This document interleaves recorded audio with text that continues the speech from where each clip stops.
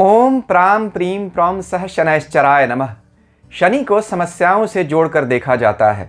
इस वीडियो में मैं आपको बताऊंगा कि चाहे आप ज्योतिष जानते हैं या नहीं जानते हैं, दोनों ही परिस्थितियों में आप कैसे जान सकते हैं कि आपके शनि कैसे हैं।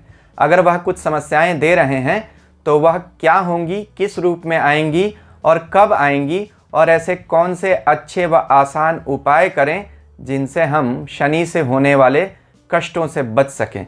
तो कृपया वीडियो अंत तक ज़रूर देखिए।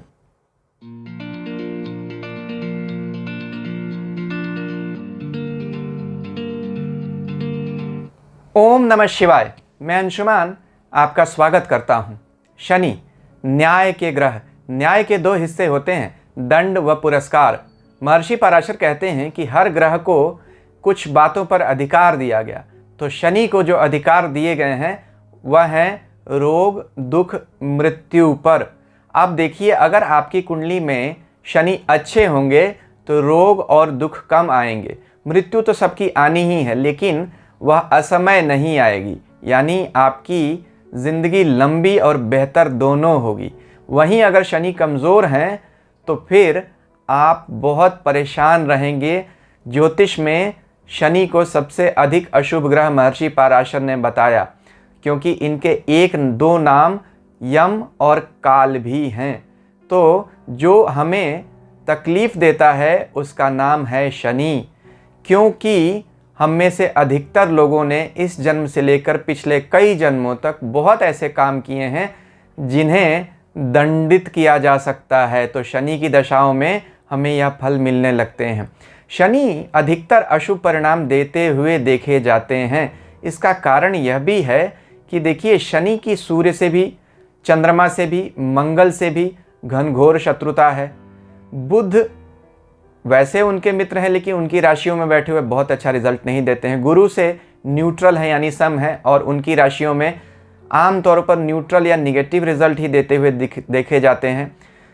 शुक्र के साथ मात्र एक अच्छे ग्रह बनते हैं, उनकी राशियों में अच्छा परिणाम देते हैं, और स्वयं की राशियों में तो अच्छा देते ही हैं। अगर शनि की बहुत ग्रहों से युति देखी जाए तो सूर्य, चंद्र, मंगल, गुरु, राहु, केतु, किसी के साथ भी शनि की युति अच्छी नहीं होती है। शनि की 3 दृष्टियां होती हैं और उनकी दृष्टियों में विष होता है। तो शनि कुंडली में जहां देखेंगे वहां भी तकलीफें बढ़ाएंगे। तो आप देख रहे हैं, अच्छे रिजल्ट शनि बहुत कम देते हैं और विशेष परिस्थितियों में ही देते हैं, और परेशानी वाले रिजल्ट अधिक देते हैं। इसीलिए लोग शनि से अधिकतर डरते भी हैं। यह संन्यास के ग्रह कहे जाते हैं, यानी सब कुछ ले लेने वाले। अगर कबीर दास जी की बात करें तो वह कहते हैं, जो मरने से जग डरे सो मोहे आनंद, कब मरिहों कब भेटिहों पूर्ण परमानंद। यानी कबीर दास तो कहते हैं कि मृत्यु बहुत अच्छी है, लेकिन हम सांसारी लोगों के लिए मृत्यु और कष्ट डराते हैं। तो हमारा अधिकार बनता है कि हम शनि के कष्टों से बचने का प्रयास करें। इस वीडियो में मैं आपको बताऊंगा कि अगर आपको कुंडली देखनी आती है तब आप कैसे समझें कि शनि आपके कैसा परिणाम दे रहे हैं। अगर नहीं भी आता है तो किन लक्षणों से हम समझें कि हम शनि के प्रभाव में हैं, बुरे प्रभाव में हैं, और उससे कैसे बच सकते हैं। इन्हीं बातों पर इस वीडियो में विस्तार से विचार करेंगे। कुछ हिस्सों में मैंने इन वीडियोज़ को बांट दिया है।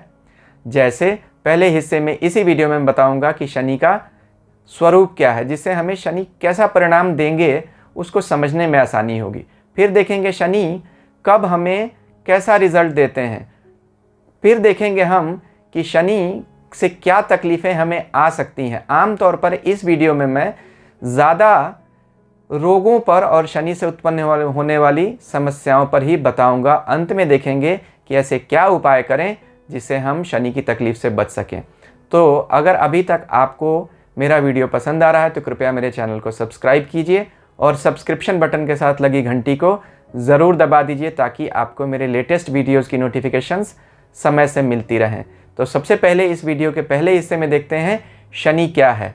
यहाँ मैं सिर्फ और सिर्फ शनि के स्वरूप पर चर्चा करूँगा। महर्षि पराशर कहते हैं, शनि का शरीर कैसा है? लंबा, पतला, रूखा, हड्डियाँ निकली हुई और नसें उभरी हुई, यह शनि का स्वरूप है। इससे हम क्या समझते हैं कि शनि ड्राई प्लैनेट हैं, इसीलिए शनि को सबसे ठंडा ग्रह कहा गया।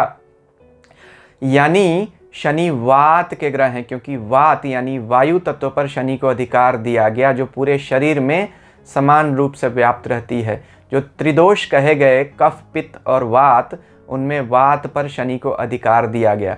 तो यानी शनि अगर आपके अशुभ होंगे तो क्या होगा? हड्डियों के रोग होंगे, स्नायु तंत्र के यानी नर्वस सिस्टम के रोग होंगे, और आपको वात के रोग होंगे यानी वायु इम्बैलेंस होगा। अब अगर आप आयुर्वेद की बात करते हैं, या एक अष्टांग हृदयम नाम की किताब आप मेरे पीछे देख रहे होंगे, यह आयुर्वेद का ग्रंथ है। इसमें लिखा गया है कि कफ, पित्त और वात जो 3 दोष शरीर में रहते हैं, उनमें कफ और पित्त लोकलाइज्ड होते हैं यानी कहीं कहीं होते हैं, जबकि वात यानी वायु पूरे शरीर में समान रूप से फैली होती है। योग शास्त्र भी कहता है कि 5 तरह की वायु है: प्राण, उदान, अपान, व्यान और समान, और शनि का वायु पर अधिकार है। शनि को मृत्यु का देवता क्यों कहा जाता है? क्योंकि शरीर में वायु का रहना ही जीवन है और वायु का निकल जाना ही मृत्यु है, इसलिए शनि को मृत्यु पर अधिकार दिया गया। वायु जब शरीर की बिगड़ती है तो हमारे रोग बढ़ते हैं। आयुर्वेद कहता है सबसे पहले पित्त बिगड़ेगा, फिर कफ बिगड़ेगा, और अंत में जब वात बिगड़ जाएगा तो शरीर में डीजेनरेशन यानी उसके क्षय की प्रक्रिया शुरू हो जाएगी, जो इरिवर्सिबल हो जाती है बहुत केसेस में। इसीलिए शनि को क्रोनिक डिजीज़ और इरिवर्सिबल डिजीज़ का कारक माना गया, यानी ऐसे रोग जो धीरे धीरे शरीर में आते हैं और एक बार आने के बाद नहीं जाते हैं। तो अगर आपको अपनी कुंडली देखनी नहीं आती, यानी ज्योतिष का बहुत गहरा अनुभव नहीं है या ज्ञान नहीं है, तो आप कैसे जानें कि आपकी कुंडली में शनि अच्छे नहीं हैं? देखिए, कुछ लक्षण बता देता हूँ।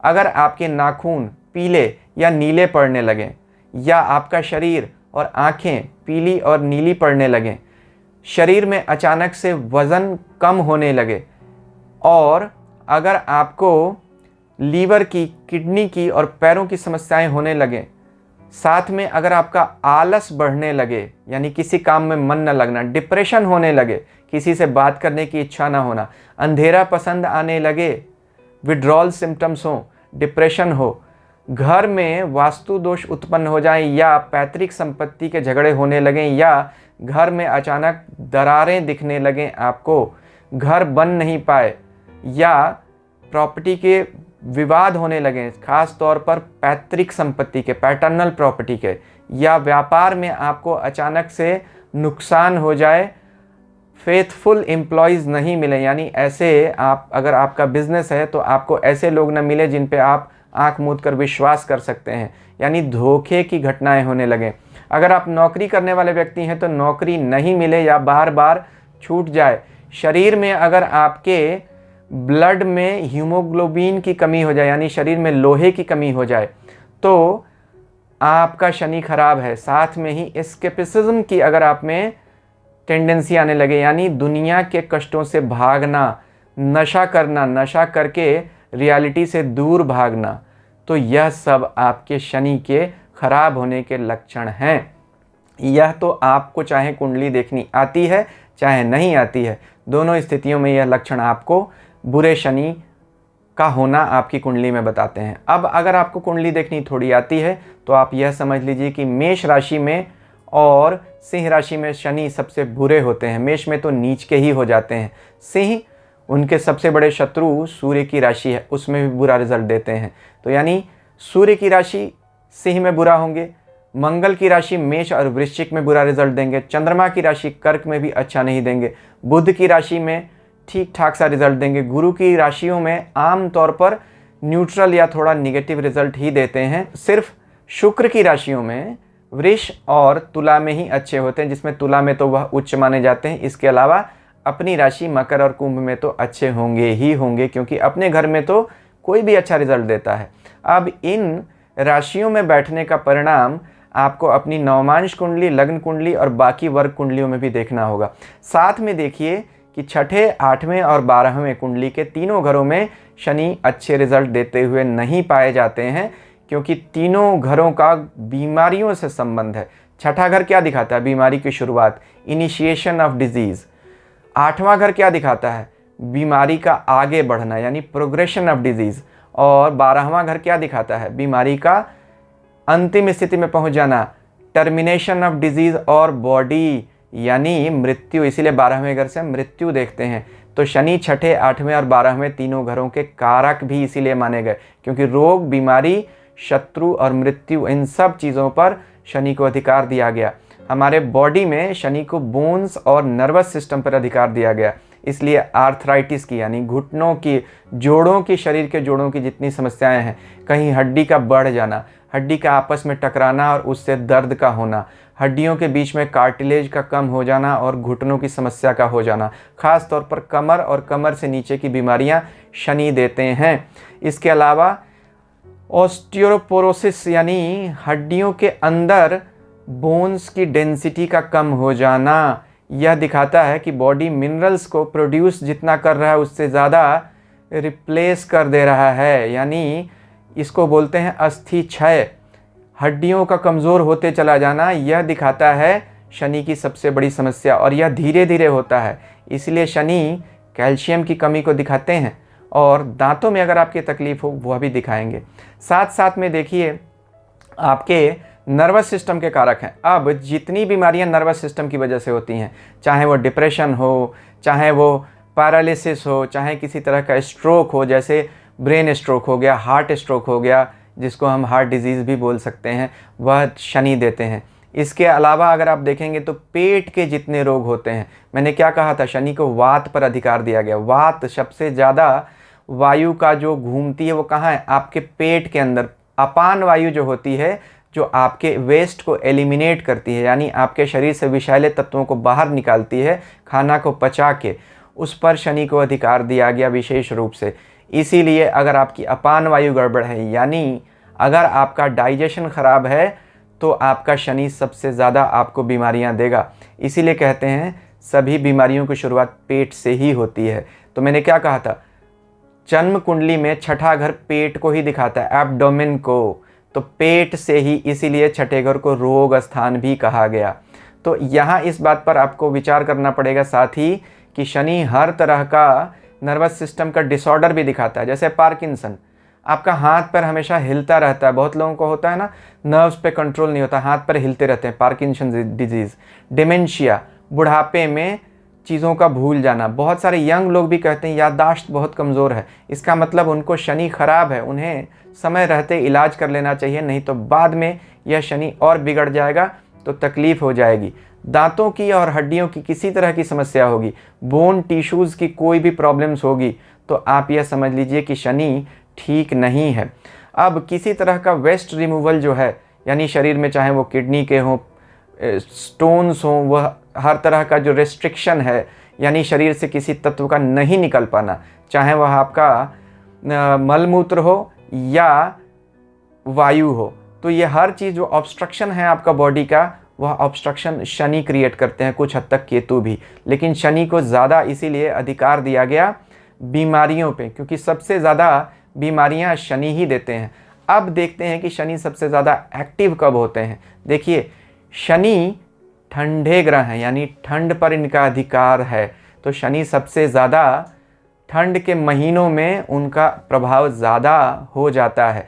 तो आप देखिए, हड्डियों के रोग सबसे ज़्यादा कब तकलीफ़ देते हैं, ठंड के दिनों में देते हैं। वैसे भी देखिए, शनि के सबसे बड़े शत्रु कौन हैं, सूर्य। सूर्य सबसे अधिक कब मजबूत होते हैं, गर्मी के दिनों में। इसलिए सूर्य की उच्च की राशि मेष, सूर्य कब आते हैं, 14 अप्रैल से 14 मई। सूर्य सबसे कमज़ोर कब होंगे, ठंड के दिनों में। तो जब सूर्य कमज़ोर होंगे उस समय शनि मजबूत हो जाएंगे। इसी तरह देखिए, शनि कब बलशाली होते हैं, महर्षि पराशर ने कहा शनि रात को बलशाली होते हैं।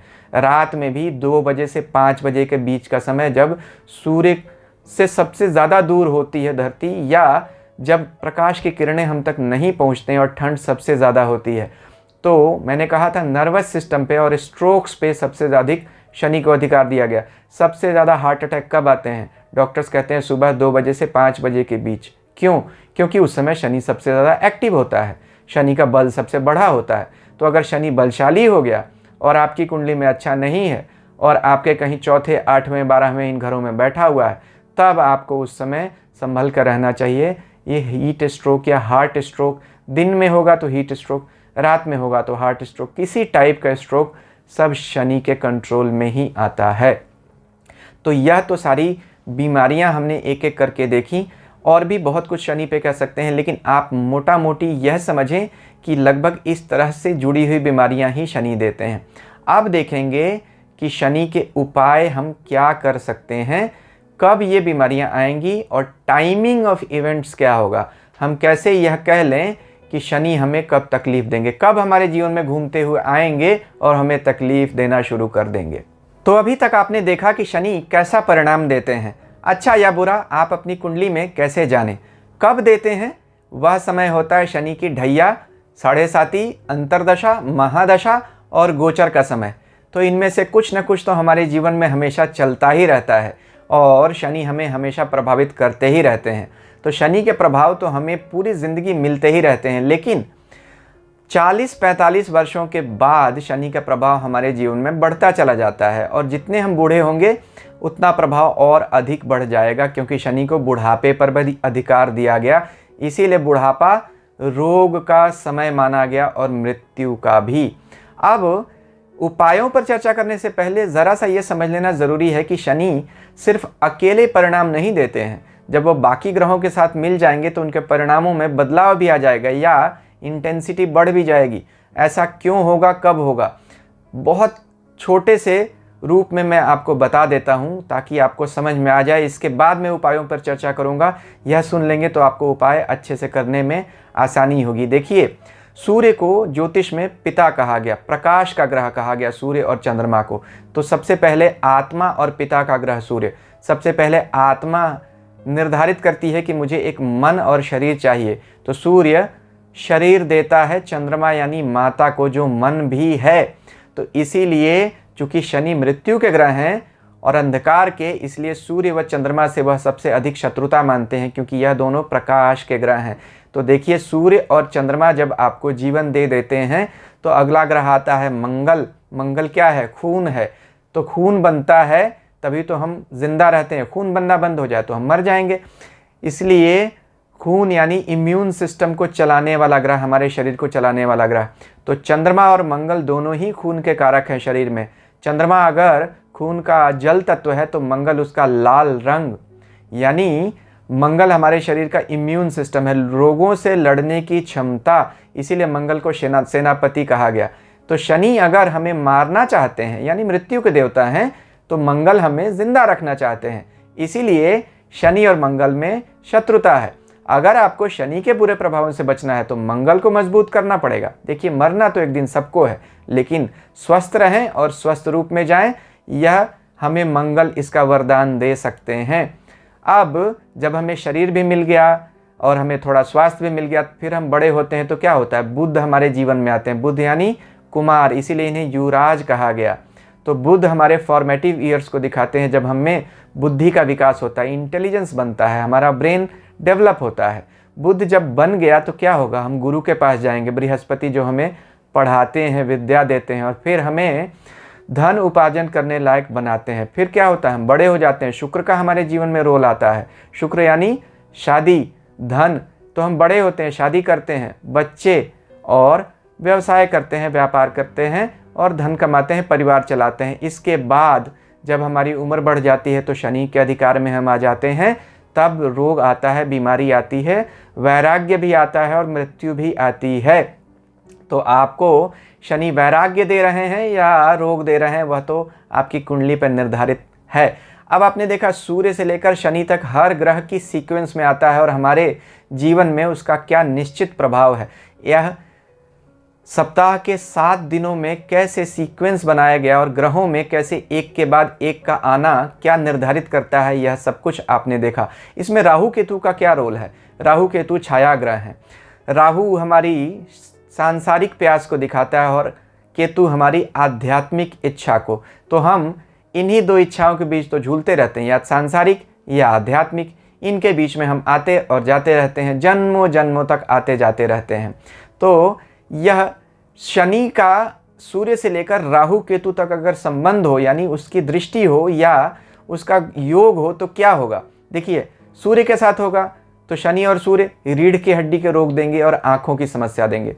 शनि और चंद्रमा, चंद्रमा जल तत्व है और शनि का स्वभाव क्या है, जिस ग्रह के साथ बैठेगा उसको ऑब्स्ट्रक्ट करेगा या उसको डाइल्यूट कर देगा और उसको सुखा देगा।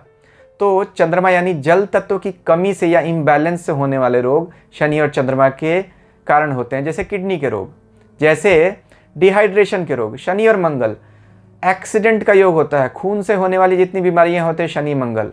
जीवन में उथल पुथल मची रहती है अगर शनि और मंगल एक दूसरे के साथ हों या एक दूसरे को देखें। शनि और बुध नर्वस सिस्टम के रोग, व्यक्ति हड़बड़ी में रहेगा या फाइनेंशियल फ्रॉड करेगा या फ्रॉड का शिकार हो जाएगा।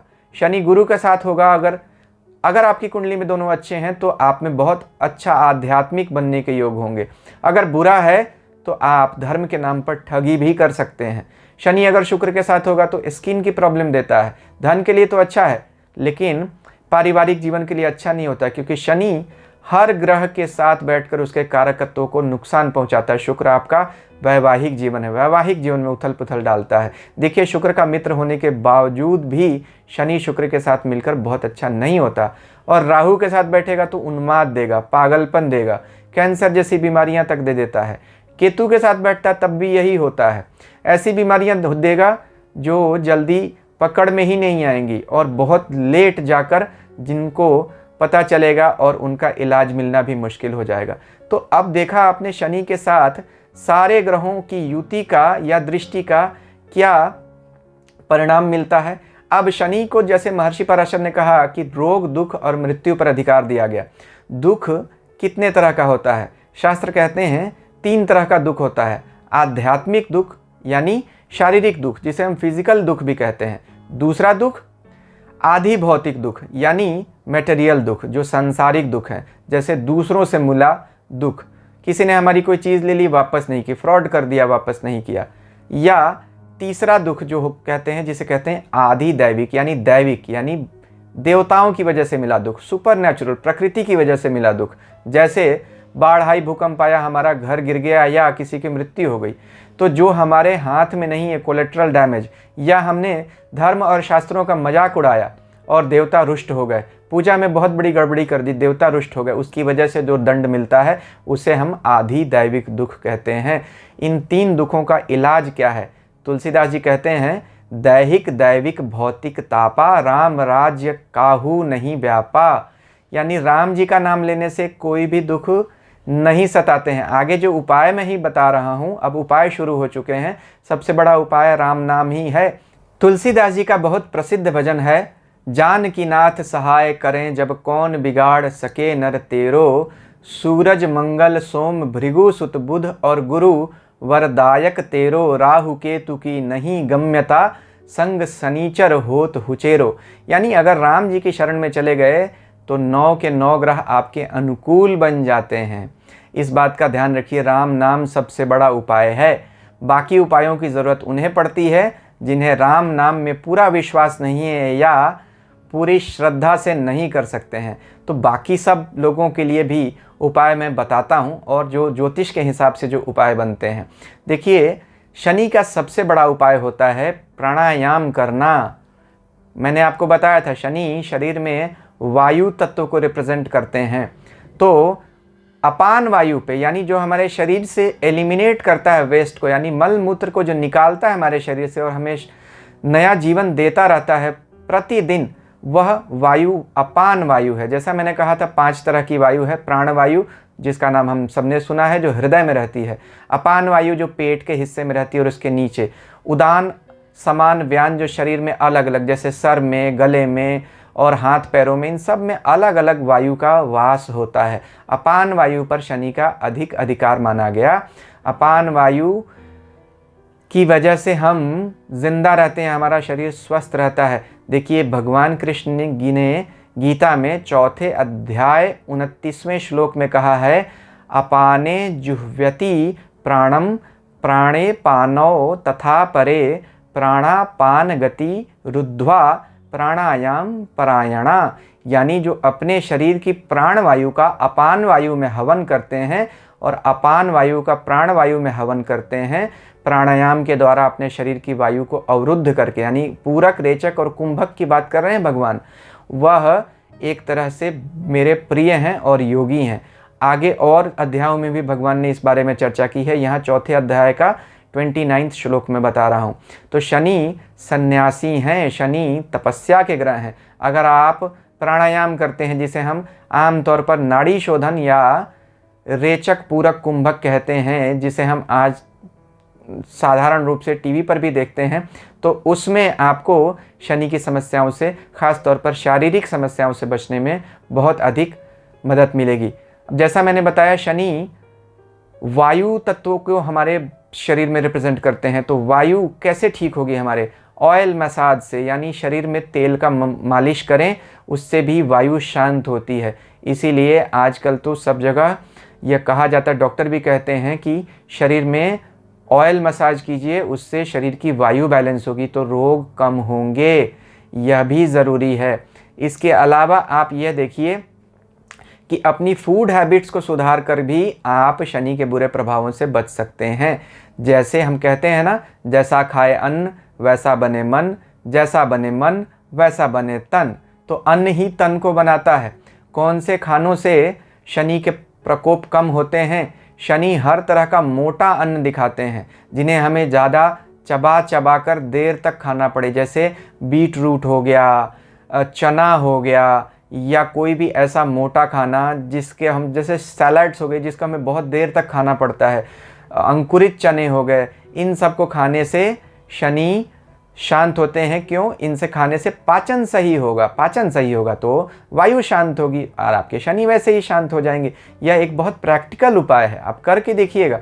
इसके अलावा शनि को, जैसे मैंने कहा, कफ पित्त वात में वात पर अधिकार दिया गया, तो एक बहुत अच्छा चूर्ण आता है जिसे हम बोलते हैं त्रिफला चूर्ण। आयुर्वेद कहता है सबसे बढ़िया चूर्ण है। क्यों? 3 तरह के फल होते हैं। जैसे हरड़, हरड़ क्या करता है? जिसे हरितकी कहा गया, वह वात को कंट्रोल करता है। बहेड़ा, जिसे हम विभीतकी कहते हैं, वह कफ को कंट्रोल करता है। और आमालकी यानी आंवला, जो हमारे पित्त को कंट्रोल करता है। तो यह जो त्रिफला चूर्ण होता है, कफ पित्त वात को कंट्रोल करता है। इसको खाने से भी शनि की समस्या से आपको लाभ मिलेगा। अश्वगंधा और शतावरी के चूर्ण भी आपको लाभ पहुंचाते हैं। तो यह खाने में आप इन बातों का ध्यान रखें। इसके अलावा शनि की दिशा पश्चिम है, तो पश्चिम दिशा में अपने घर में हनुमान जी का कोई चित्र लगाएं, जो हनुमान जी गदा लेकर खड़े हों या बैठे हों, तो वह शनि के प्रकोप से आपको मुक्ति दिलाता है। 7 मुखी रुद्राक्ष भी शनि के लिए बहुत अच्छा उपाय होता है। इन सब को करके आप शनि की समस्याओं से मुक्त हो सकते हैं। अभी आप स्क्रीन पर और भी शनि के मेरे वीडियोस देख रहे होंगे, इन्हें भी देख लीजिए। इन्हें देखने से आपको लाभ होगा। ईश्वर हम सबका कल्याण करें। शांति ओम।